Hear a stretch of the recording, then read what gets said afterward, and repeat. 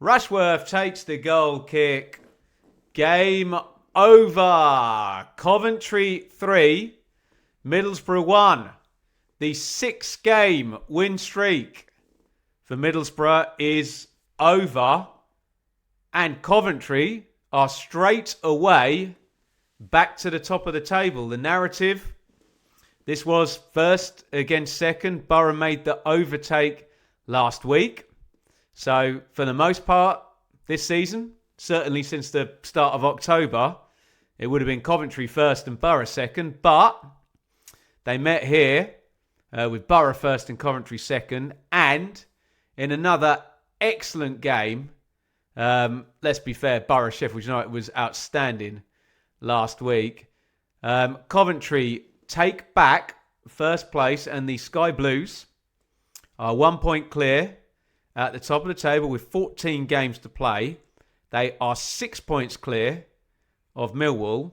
They are 8 points clear of Ipswich, who have a game in hand, or 2 games in hand rather, and 8 points clear of Hull, who have a game in hand. And let's be fair, the narrative about Coventry for the longest time, they were incredible up until November, and they've not been very good since, have they? And this is a very, very big result and a very, very good win. They really turned up and got the job done today. Haji Wright with a hat-trick in this one.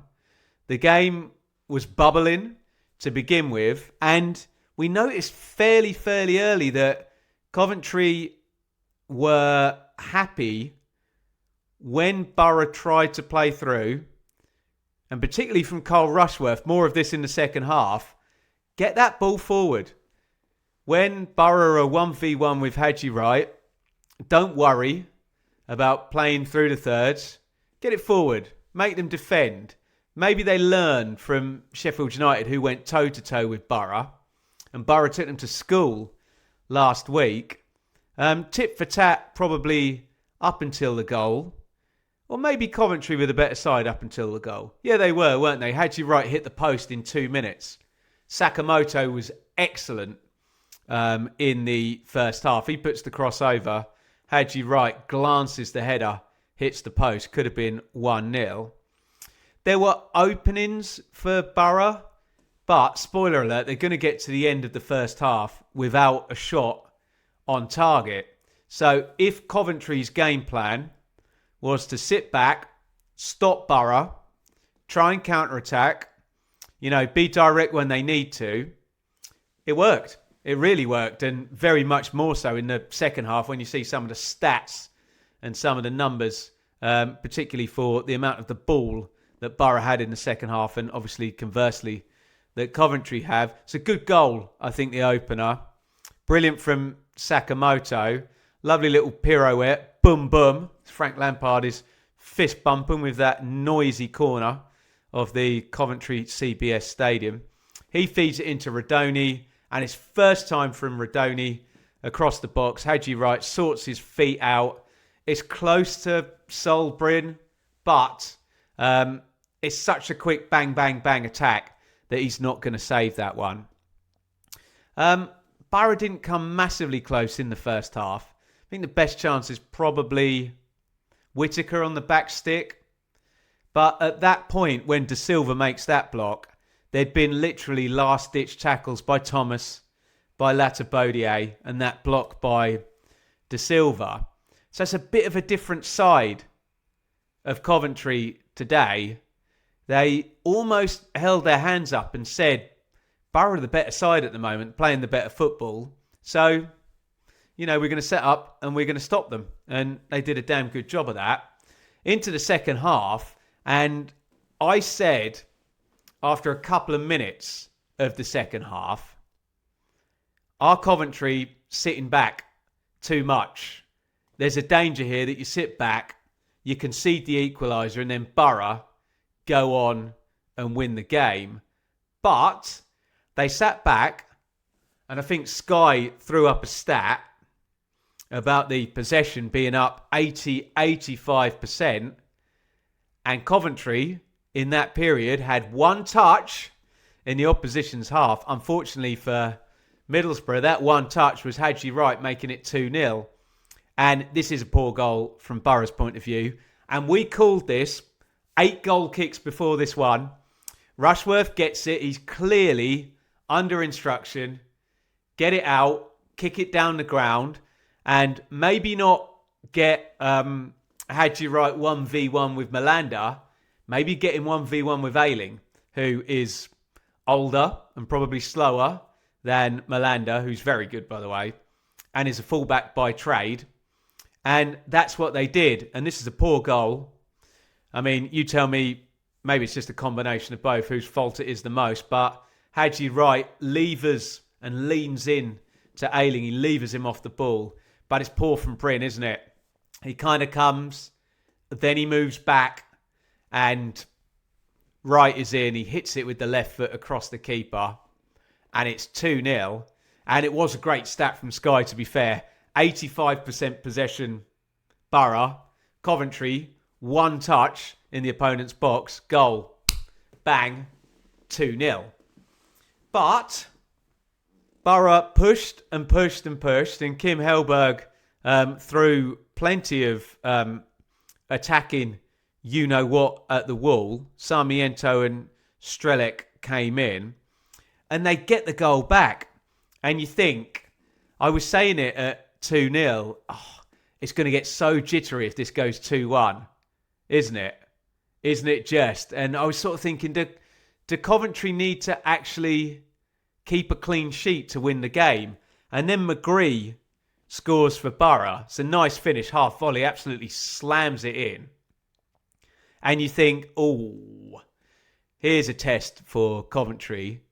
Now it's back to 2-1. You think if the next 10 minutes is like the last 10 minutes, then perhaps this game's going to go 2-2 and maybe worse for Coventry. But you can say one or two things here. Either we didn't actually get to see how Coventry would react to it being 2-1, or you can say Coventry reacted really well to it being 2-1 because they went literally up the other end of the pitch. When you factor in it's a penalty and the goals are 4 minutes apart and you get that pause, and immediately score again. And Matt Targett looked very guilty when this ball hit his arm in the box. And we know what the wording says, don't we? Arm in unnatural position. And I think it's Eccles who'd come on as a sub. He kind of clips the crossover and the arm is out like that. And they get given, don't they? Penalty. And Hadji Wright, having scored twice with his left foot, takes the penalty, right-footed. He nails the hat-trick. And Coventry's second half of sit back, let Boro have the ball, play on the counter, yields 2 goals and is the kind of, the basis of this victory. Tactically, it's good. I think there's a rule in football fan speak that we can't have a sensible conversation about Frank Lampard.